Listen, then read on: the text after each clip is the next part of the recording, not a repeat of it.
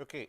So, in the last class we are discussing first we discussed Hermitian matrices and then positive definite matrices. Hermitian matrices we have seen that they can be diagonalized, their eigenvectors corresponding to defined eigenvalues are orthogonal. In fact, they can be normalized also, so that norm square of each eigenvector is unity. Then any Hermitian matrix we showed that it can be replaced like it can be expressed as a product of three matrices T D T Hermitian, where T is a unitary matrix, or I do not know which notation used, E D E Hermitian possibly, okay, and D is a diagonal matrix consisting of the eigenvalues. Eigenvalues are always real. Further, I considered positive definite matrices. Hermitian matrices we had a motivation because we have shown that all correlation and covariance matrices are Hermitian matrices. Then we considered another class called positive definite matrices. If a positive definite matrix has to be Hermitian and it should satisfy one property that for all non-zero x vector x Hermitian R x, if R is the matrix, R x must be real and greater than 0, greater than equal to 0 if it is positive semi-definite, greater than 0 if it is positive definite. Okay. That is where we stopped. We proved that property also, that eigenvalues are, for positive definite matrices, eigenvalues are not only real, they are greater than 0. For positive semi-definite matrices, eigenvalues are not only real, but greater than equal to 0. That is where we stopped. Okay. Now, suppose I give you a set of random variables x 1, x 2 dot dot dot say x p. This set of random variables I will be calling them linearly independent if any of them cannot be written as a linear combination of the rest. Actually, this I will elaborate further when I teach linear algebra later, but what I want to say is that they form a linearly independent set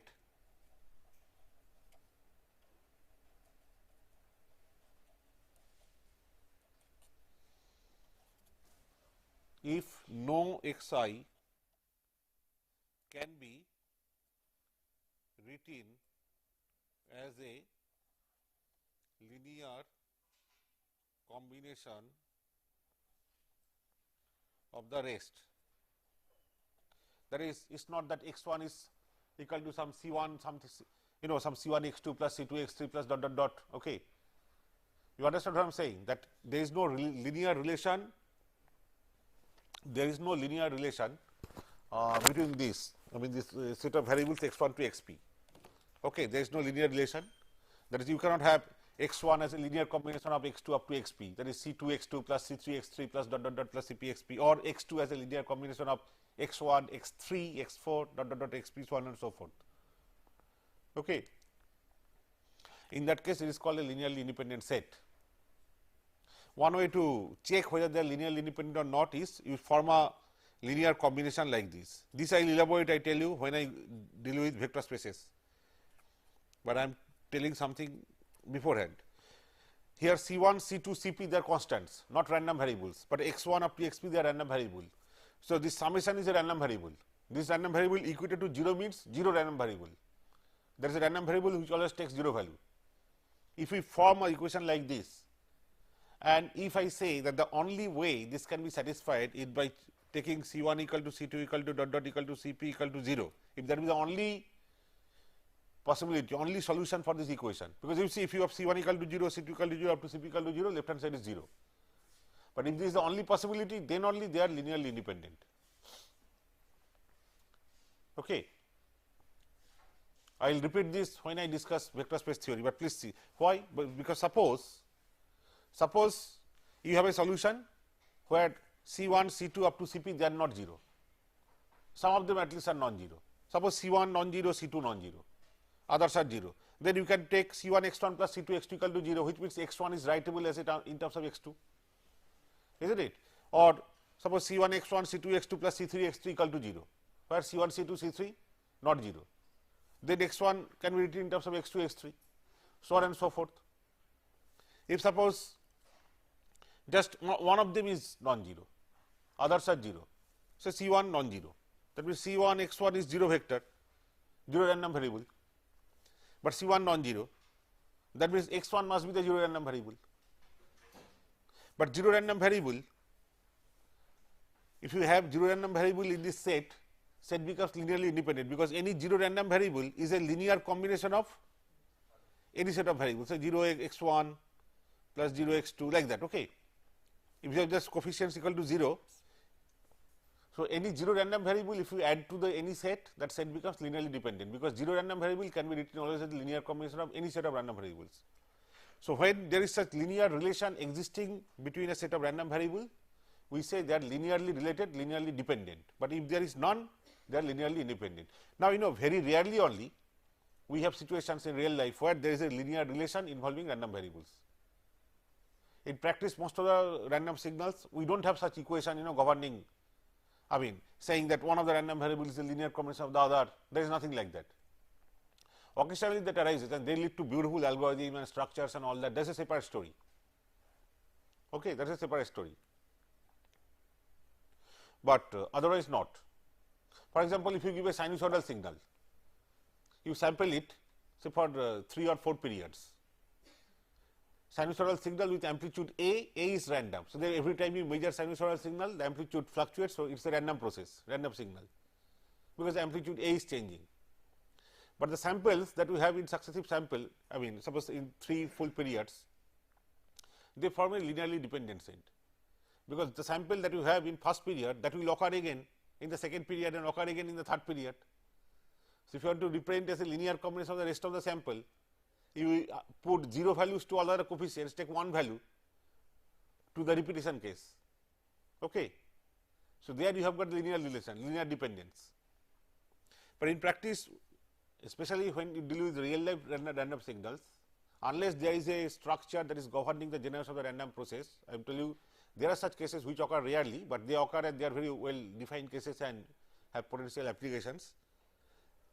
Except for those cases, especially for our case, we do not have situation where one random variable is say summation of some other random variables, because that will imply redundancy. Suppose x, y, 2 random variables, and you say no, x, y not enough, you take x plus y equal to z also. I say no, x and y enough, in terms of them I can have z. So, x, y, z in that case form a linearly dependent set, but not x, y, is not it? Not x, y.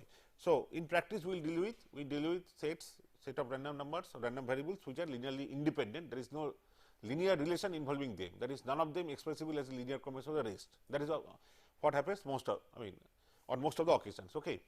Now, let us consider a random sequence x n. Again I assume random sequence x n, okay, and you form a vector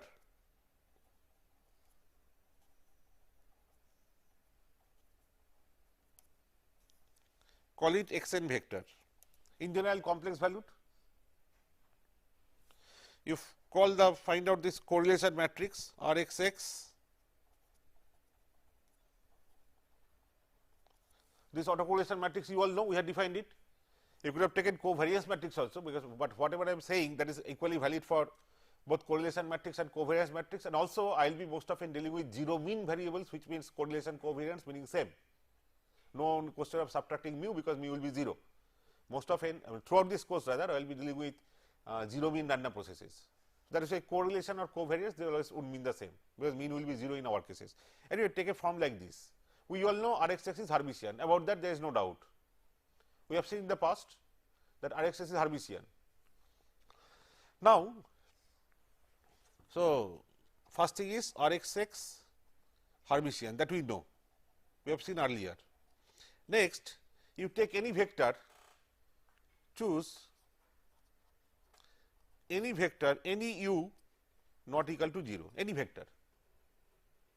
Then if you take an u equal to, where u is equal to say u 0, u 1 dot dot dot u p, u 0 to u p, okay. Take any non-zero vector. Then if I form this summation, there can be complex valued coefficients, okay. If you form the summation u h R x x u, I will show that R x x is not only Hermitian, it is positive semi-infinite, and if there is no linear relation between x n up to x n minus p, that is if they form a linearly independent set, it is not only positive semi-definite, it is actually positive definite.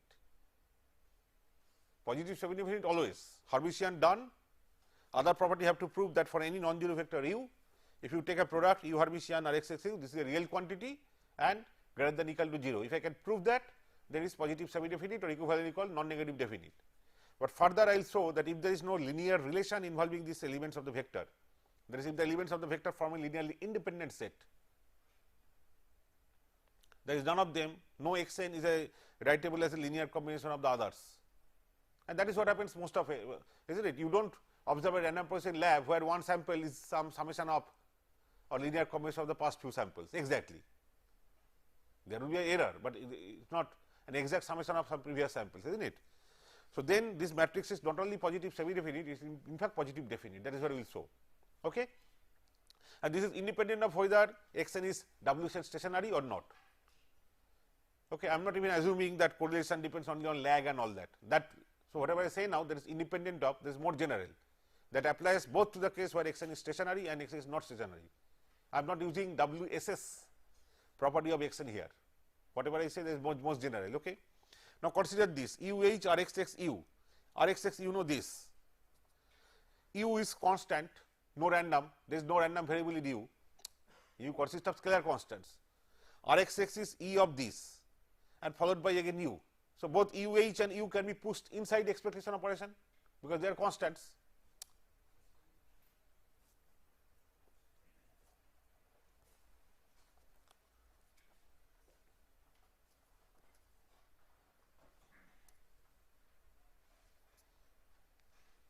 Isn't it? This x n is random, it consists of random variables, but not U. U consists of only constants.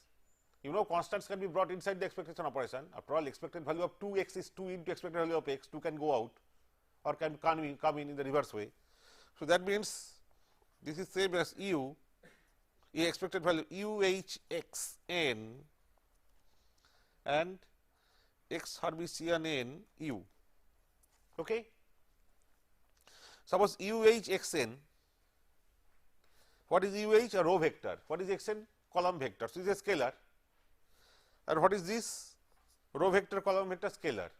If you call this A, my claim is this is A Hermitian, which is nothing but A star, because A is scalar. Scalar has no meaning of transposition, isn't it? You can see if you take this A, if you take the Hermitian of this, x will come first with x Hermitian, this will go as the second guy, Hermitian on Hermitian, Hermitian goes, you get back U. So, A Hermitian and A is a scalar. So, A Hermitian means A star only, no question of transposition. So, this quantity is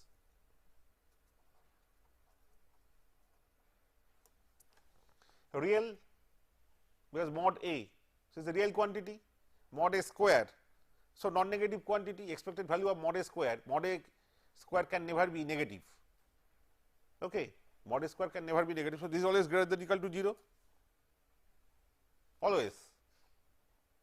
So, positive semi-definite or non-negative definite always true. When it is equal to 0, if it is equal to 0, then A should be the 0 random variable. That is, whenever you measure A, you only get 0, then only expected value of mod A square will be 0. If A is 0 random variable, that means U Hermitian x n is a 0 random variable. That is, A equal to 0 implies U Hermitian x n, that is U 1 star, sorry, U 0 star x n plus U 1 star x n minus 1 plus dot dot U p star x n minus p, that is equal to 0 random variable. This 0 is a random variable. What does it mean? You chose U as non-zero vector. That means not all the coefficients of U are 0. That is, say all, suppose the coefficients are, not all the coefficients are 0. This means there is a linear relation between the elements of x n x minus 1 up to x n minus p. That is, they are linearly dependent. So, only if they are linearly dependent, I can find at least one U and therefore many U, for which this will be equal to 0. For other choice of U, it will be greater than 0. So, when they are dependent, this is indeed greater than equal to 0. But when they are not dependent, when this is this set x n up to x n minus p, they are, what I am saying is they are a linearly independent set. In that case, this can never be equal to 0. because you told me u consists of, u is a vector which is a non-zero vector. So, all the coefficients are not zero simultaneously. You also told me that this is a linearly independent vector, that is all the elements are linearly independent, and then this summation can never be equal to 0, because that will mean they are linearly dependent. Contradiction, isn't it? That is not possible. So, that means if there is no relation, no linear relation involving the set of random variables at hand, then this quantity is actually greater than 0, positive definite. So, in any case, a correlation matrix will have real eigenvalues which are always greater than or equal to 0, but in most often when there is no linear relation involving the random variables, eigenvalues will in fact be positive, and therefore, the correlation matrix will be invariable, because after all determinant of the correlation matrix will be same as determinant of product of the eigenvalues that we have seen last time. Okay. Now, this kind of processes are called full rank processes. If you take any arbitrary number, p can be 1, p can be 2, you can take 2 samples of the random process 3 or 30 or 30,000, if there is no linear relation amongst them, if no random variable can be expressed as a linear combination of either 1 or 2 or 3 or any number of, any other samples in their sequence, that is called a full rank process. For our case, if it is linearly dependent up to p is okay, where I am taking only correlation matrix up to order p. Okay. So, you understand why I was so long talking about Hermitian matrices, because correlation matrices or covariance matrices, they are not only Hermitian, they are positive semi-definite always. We have seen it here, and most often positive definite in fact, because the processes are full rank processes. Okay. So, with that I now start the basic Wiener filter or optimal filter. So long whatever we discuss, this is our background, this is our background material. Again we will develop background material afterwards, but this is the key. That is, suppose I have got a random sequence x n, 0 mean, WSS, 0 mean. So, mean is stationary of course, because mean is 0 everywhere, and correlation depends only on lag. So, start with assume that it is WSS, 0 mean WSS process. Okay. I want to find a filter, FIR filter, maybe with some coefficients W0 dot dot dot WP. So, what is the output Yn? Yn is, you all know W0 xn, you know this, isn't it?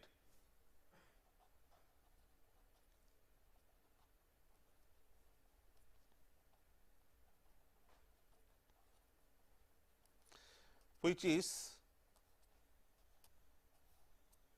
and again I forgot to mention one thing, to make life simple, to start with we will be dealing with only real valued case. We will develop Wiener filter, then we will develop adaptive filter from this all for real value. Then again I will come back to this, I will generalize the case to complex value, because the treatment has to be different there. Two different treatments exist. So, for the complex cases things are defined in a different way. So, for the time being I am dealing with real valued cases. So, even when I use the Hermitian symbol, I simply would mean transposition, nothing else. There is no complex conjugation required, because there is nothing complex, okay, for the time being.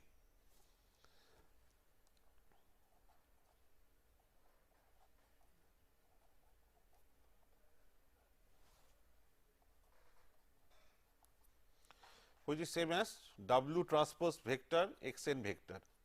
Then you understand what is W vector? I do not think I have to tell you. W vector is a column vector, W0 to WP, x n is a column vector, x n to x n minus p. This is the filter output.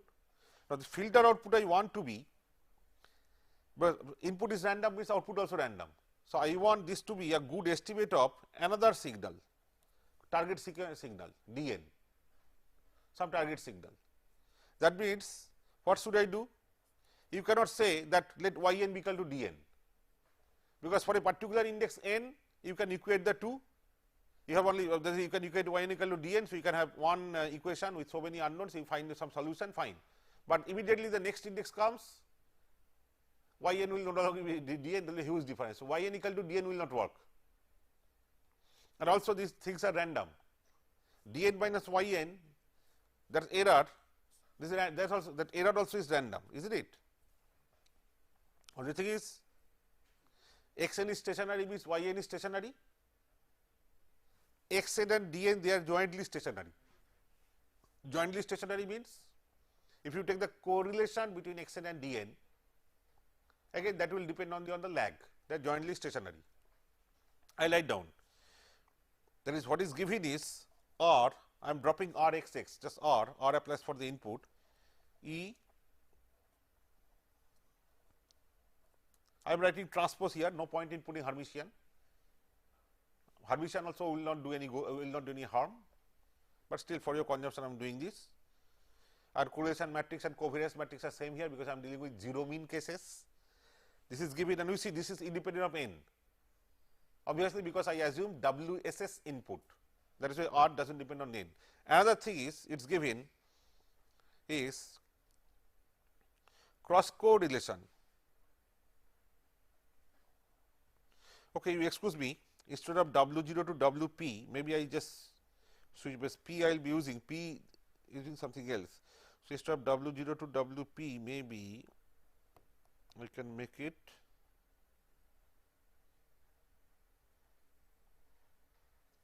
just bring these changes.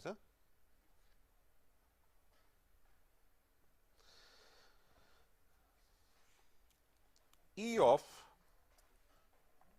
say x n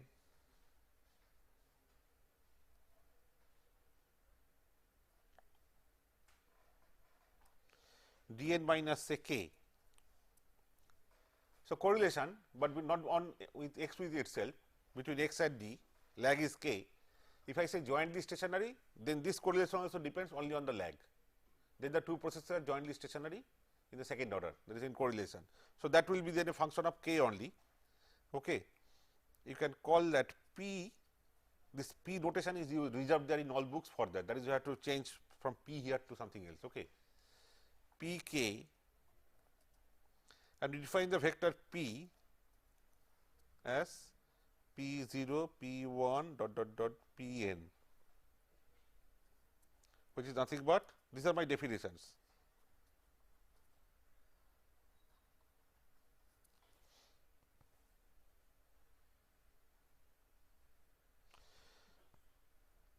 Or maybe you can make it d n, though it will be same in this case, d n x n minus k. Okay. For the real case, you know that correlation between d n and x n minus k or x n and d n minus k, they are same. Correlation is Hermitian as such, or if it is real, correlation at a lag k and correlation at a lag minus k, they are same. Only when they are complex, there is a problem. They are conjugate, not only same, they are conjugate of each other. So, I could as well keep x n here, d n minus k here, but for your consumption, for your to avoid confusion, I am changing it so that when you write E of x n into d n, you indeed get this. What is x n vector after all? First element is x n into d n p 0.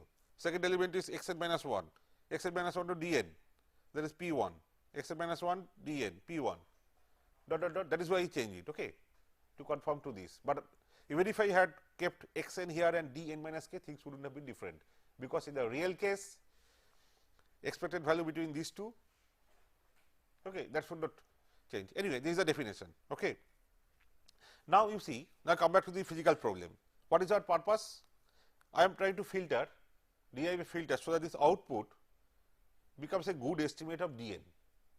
As I told you, no point in equating y equal to d n and solve an equation with so many unknowns and only one equation, because even if you find some solution of that equation, next for the next index data changes, immediately equality goes. And since input is random, this is random, d n is random, d n minus y n, e n is random. So, that means you have to minimize some statistical property of e n, which gives the power of e n. If the e n's power goes, then that means e n itself becomes a low power signal, it never takes very high value. Okay. It has to be again I have to apply average, because there is no point in taking say e n square, because for a particular experiment you observe one e n, you try to minimize e n square and you get some set of coefficients, suppose that may not do good, because next time the data changes for the next experiment, that time you get a new sequence e n, for that your these coefficients are not optimal. So, that is why it has to be some average power of e n, isn't it? that is called the mean square value.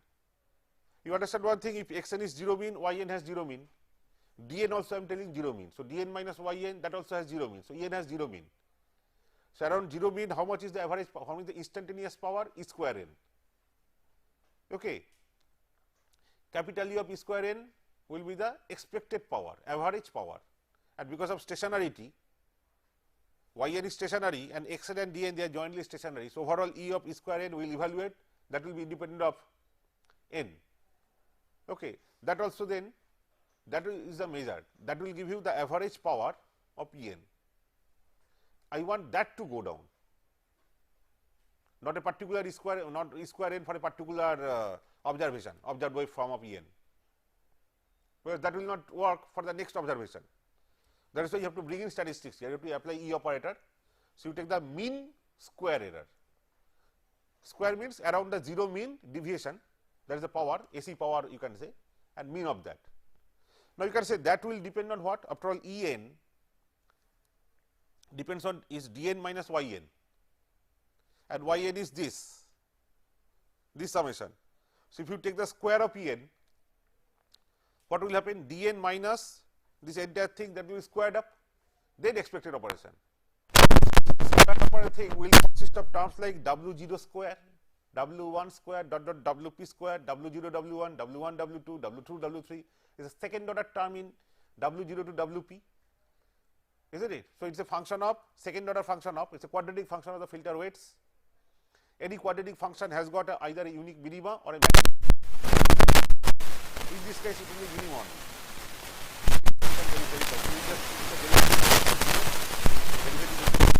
W1 what? Mean square error. That will give you the optimal set of weights. And as I do that, that will work out expression of square error, that will make it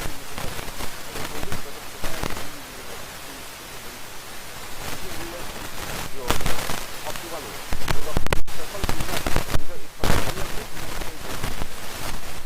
Wiener, you know, you have heard of Wiener. Wiener is a great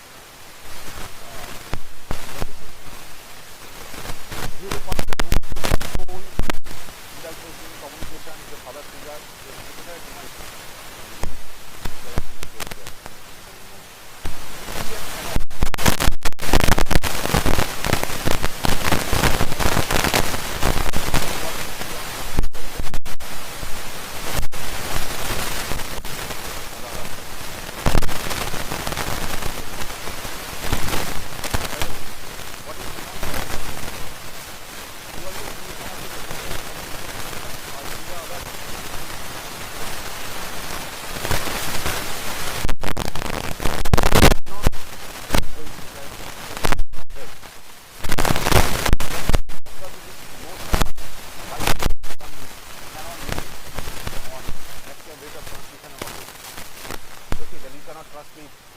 At a higher rate, then you will definitely giving a channel and you can only be, if you transmit at a higher rate, no way you can eliminate the possibility of error, there will be error.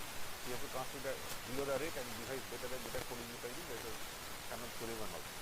But Shannon had did another pioneering thing, and I am still very surprised that when you, rarely that is spoken of, but students are not only electronics, electrical computer, all of them should know that.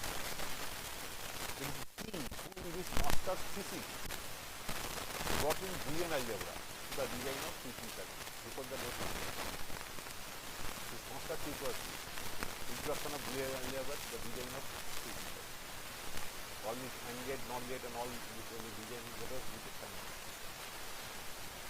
Okay, this is the I don't know why you mentioned.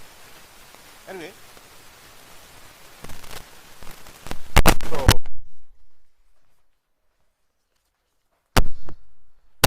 this En,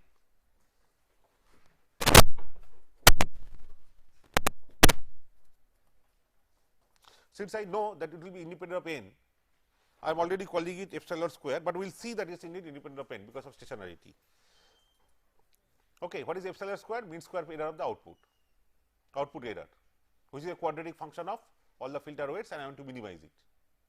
Okay, so what I do, And I suggest you follow the way I teach, because some books might do in a very elaborate way and term by term differentiation and all that. Don't do that. We will do things in a smart way.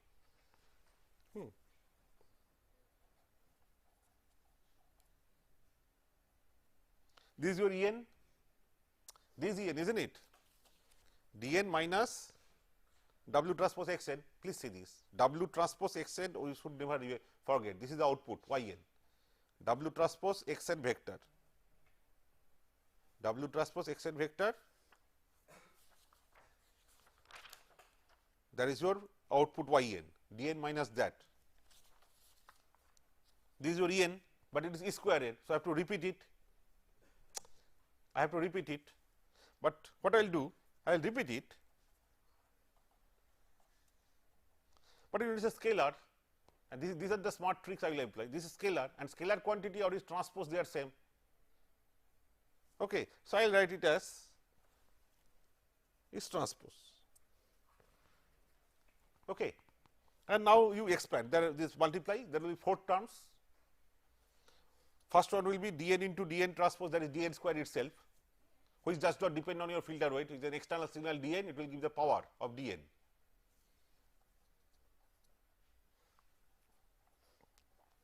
First term, and this is independent of filter weight. This is the power of the Dn, and if Dn is a stationary process, I am assuming Dn also to be WSS, it will be the power, average power of Dn. You can even denote this independent of n, because of stationarity of Dn, you can call it sigma d square, minus there is a cross term linking these two, and there is a cross term linking these two. Okay. Now, can you see that W transpose Xn into Dn, if you take, and if you take the transpose of that, you get back this other one. Say, such things you get accustomed, this kind of, what? W transpose, this cross term, we are in the initial phase of the course. So, I am doing step by step, but very often this matrix tricks and all I will apply at random. W transpose Xn into Dn, and the other cross term is Dn X transpose N transpose Wn. Okay. My claim is both are same. So, this is a scalar W transpose Xn, W transpose row vector, Xn column vector. So, scalar, scalar into scalar, scalar. Here also X transpose row vector, W column vector. So, scalar, scalar into scalar, scalar. And my claim is they are same. All are real. My claim is they are same. That is not difficult. You take this guy, the scalar and transpose. If you take the scalar or take its transpose, they should be same. But if you take the transpose of this and transpose of this. So, first transpose of this means W transpose N X n, and then D transpose N, but Dn is a scalar. So, transpose of Dn is Dn, is not it? You can do it by elaborately expanding Xn, Wn and term by term, but do not do that. You got this idea? So, the two of the cross diagonal elements, the two cross elements actually, they are same. Are you convinced? So, that means twice I can write E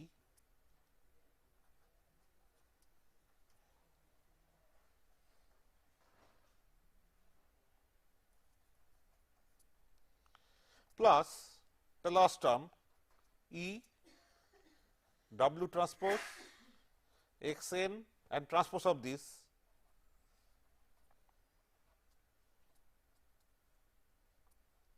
Okay. W does not come here, I have to minimize it as a function of W, all the weights, but W does not come here, W comes here and here. This is where you will get the quadratic terms, because two W's occur, here only one W occur. Anyway, W is a constant, I can take W transpose out and E of X n into D n. W transpose, are you getting me? W transpose into X n into D n, then E. Why not take E on X n D n and then pre-multiply W transpose? We will get the same thing. Na? You understood my logic? Suppose A transpose B, and B consists of random vector, A consists of constants, E of that. One way is to multiply all the elements term by term and add and E apply. Okay, but constants remain constant. So, you will see you will get the same thing if you take out A transpose and do this expectation first and then to A transpose, we will get the same thing. So, W transpose can come out here. Similarly, W transpose can come out here, this W can go out here. First you take out W transpose here, remaining thing. On that E, x n, x transpose n consists of random data, that times W. On that E operation, why not take out the W to the right hand side, just apply E on this. Is it difficult or can you see? Huh? Whether we multiply first and take W, take expectation operation, or E on this part and then multiply, we will get the same thing, because W is independent, W is not random, W transpose is not random. So, that means this will give rise to twice W transpose. You remember I gave a definition, two things are given to us, R and P. R consists of the, R is the input autocorrelation matrix, P is the cross correlation vector between these. After all, you are trying to estimate dn, so you should have some kind of knowledge between dn and xn. There is a cross correlation. What kind of cross correlation they have? dn and xn. Are you following me? This vector P is suppose given to you. R is given, P is given. What is P? P is E of xn into dn.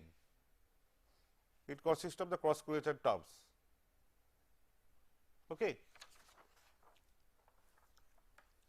So, you get W transpose out, E of xn into dn, that is P,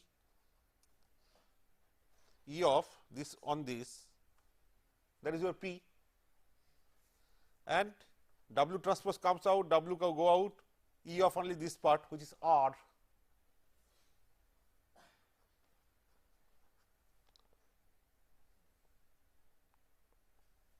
R is, we are assuming positive definite. It is always positive semi-definite, but we are also assuming positive definite, so invertible and all that. Okay. That is a full rank process, not linear relation amongst the samples of the process xn.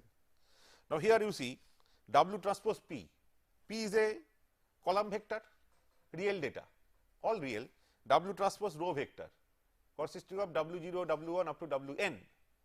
So, if you multiply, you get only first order terms, W0 only, W1 only, no second order, no W0 square, isn't it?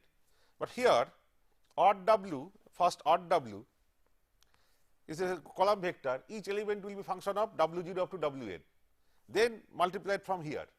So, you will have square terms on that side, that is why it is a quadratic function. Okay. So, what I have to do? I have to now differentiate it with respect to W0 also, W1 also, dot dot dot Wn also, equate each of them to 0, get a set of equations, solve, that will give me W0 to Wn, the optimal one. I will get a unique solution, because it is a quadratic function, it has only unique minimum, maximum, all that theory you know. But instead of doing like that, again let us do things in a smart way, because we will derive some matrix results. Suppose I have a thing like this, W transpose P, you call this quantity A. I want to differentiate del A with respect to a particular weight, so W k.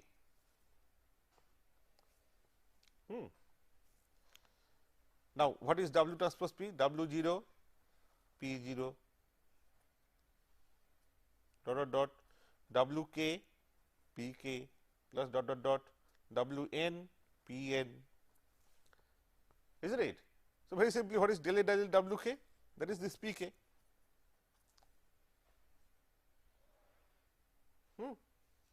So, I will define a vector now, del W, del W, this is my notation, please follow the notation, del W is an operator, del W working on A by definition, this is a definition. What this is nothing but derivative of A with respect to W0, put in the first place, derivative of A with respect to W1, put in the same, just arrange them one after another in a vector form. I am doing nothing new, I am only deriving, collecting all the derivatives, but putting it in a vector form. That is why I am giving it and then giving a compact name here, del W of A, that is A is differentiated by the W vector. Basically, this will be del A del W 0, del A del W 1 dot dot dot del A del W n. So, obviously, what is this vector here? General case you have seen del A del W case P k, isn't it? Del A del W case P k. So, what is this vector? First element is P 0, P 0, P 1 dot dot dot P n, which is nothing but P vector. So, whenever you have got a form like this, A equal to W transpose P, first order, if you take the del of A, del of that term with respect to W, you get back this vector, this fellow. Always remember this. I will be doing this kind of operations every now and then in this course for a while. So, W transpose P, this kind of first order term, if you differentiate with respect to W, you should get back P. If you differentiate with respect to P, you should get back W. Right? W transpose P and P transpose W are same. Okay. This was simple. So, remember this formula, but there is another result I have to prove. If you have a thing like W transpose R W is a scalar, row vector, matrix, column vector. Matrix column means one column, row into column, or scalar. You call it B, and given that R is Hermitian. In fact, it is real, it is a real matrix. So, R is given, since we are dealing with real case, R Hermitian means basically R is just symmetric, R transpose equal to R. R meaning R I j and R j I, they are same. R 1 3, R 3 1, R 1 4, R 4 1, they are all same. This is given to us and we are evaluating this.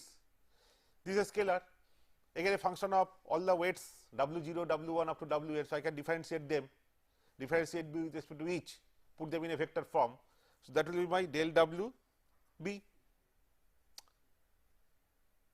Any scalar is a function of the weights W 0 to W n, and if you differentiate with respect to each of them, put them in a vector form, I say compactly that this is del W of B, which is nothing but again the same definition, del B of del W 0 dot dot dot del B of del W k dot dot dot del B del W. Fine. This is what we have to find out. We have to find out this. So, suppose I want to find out this general guy, general real, you have to find out del B del W k, k can be 0, k can be 1 up to k can be capital N, this I have to find out. Okay. So, let us see this B fellow, let us evaluate. What is this B fellow? B, first you form this vector, okay. Then 0th element of this guy, 0th element of this vector, first element of this guy, first element of this vector, so on and so forth. That means B is W I equal to 0 to n, and then this vector R W I. So, simple, R W is a vector, that times I mean the ith element of that into W I. Okay. R W its ith element. What will be the ith element? Now, consider R W. First row of R times W will give the first element. Second row of R times W will give the second element, dot dot dot. So, ith row of R times W will give the ith element. That means, this summation remains as it is. Here, ith row. So, R I j, j will vary from 0 to n and W j, this much. Ith row, so R I 0, W 0, R I 1, W 1. You see, I am scanning that row, R I 0, R I 1, R I 2, dot dot dot, so W 0, W 1, okay, that is what I am doing. This quantity then you see, this is how B depends on all the weights. including W k, and you ask me to find out this derivative. Okay. So, the way I will go about is this: first consider this outer summation. In this outer summation, I will become equal to k once, that case I will separate out, and I not equal to k, that case I will write separately. Okay. So, this I will write as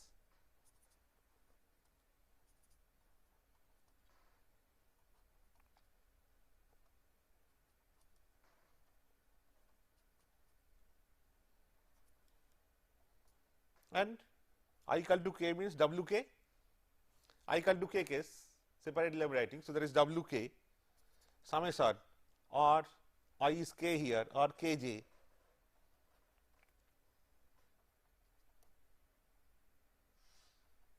okay. Wherever I had I am replacing that by k. Now, you differentiate B with respect to W k. First here in this outer summation W k never occurring, but for each W I here there is inner summation in which W k will occur only once, that time I will get R I k. So, R I k W I.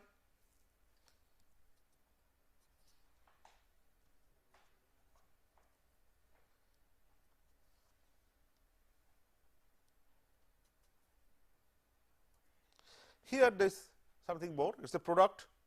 So, first you differentiate with respect to W k, so you get 1, this remains as it is. So, that you write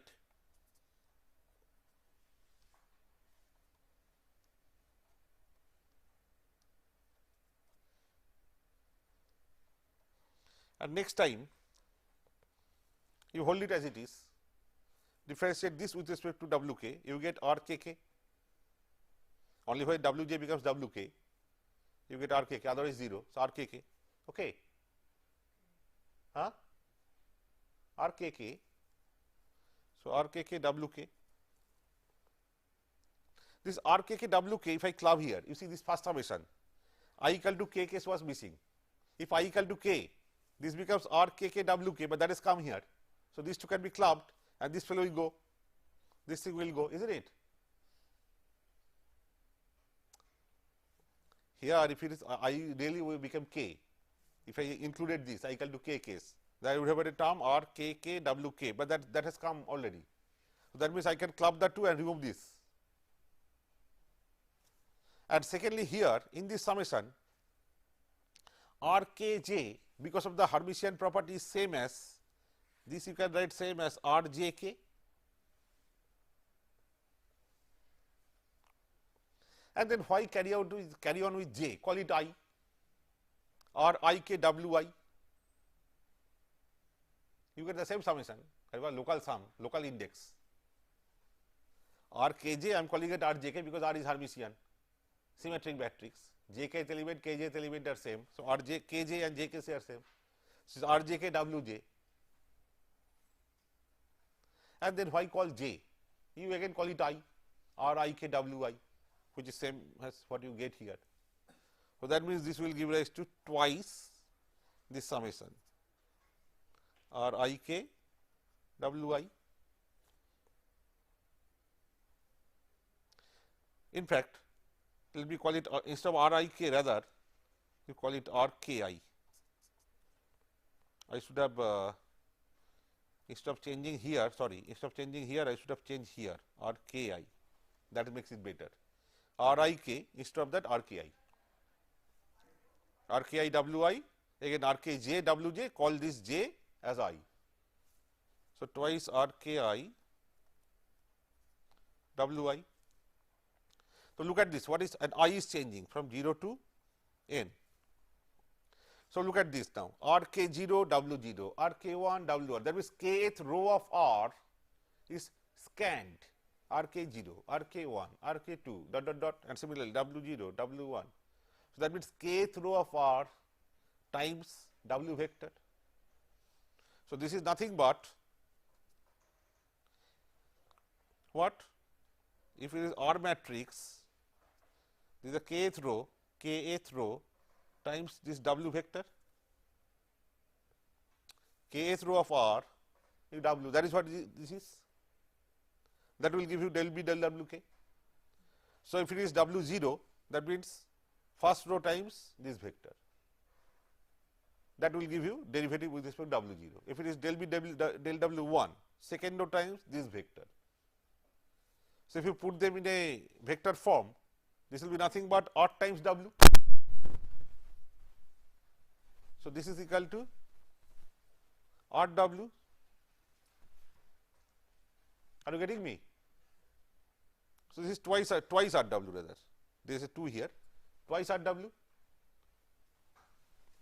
Okay. Things are not so easy in the case of complex case. In the complex case, so I have to generalize. In the real, so I could just simply think Rij and Rji, no conjugation there, because real symmetric. So, anyway, this is what you get here. So, now I want to do this equal to 0 0 dot dot 0, that is derivative with respect to W 0 0, with respect to W 1 0, with respect to W n 0, because I am trying to minimize. So, all the partial derivatives must be equal to 0. So, del W epsilon square equal to 0, you can call it 0 vector, but we have already derived this and this is independent of W, it will go.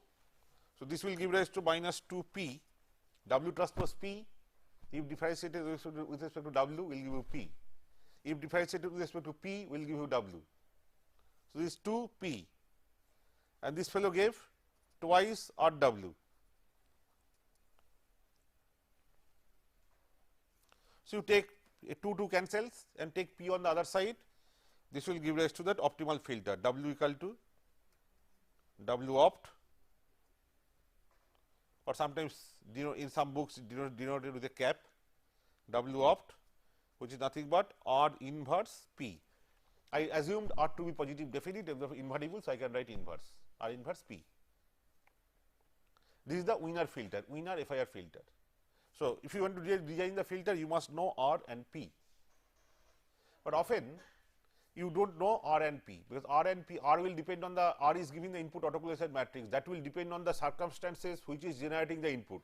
Like in the case of your this thing, equalizer, the receive signal depends on the channel property also. So, its correlation involves the channel information, and moreover R and P, their value may change, the statistics may change from time to time. So, you cannot design it once for all, that is why you have to do it adaptively. So, from here I will march towards the basic LMS algorithm in the next class. Thank you very much.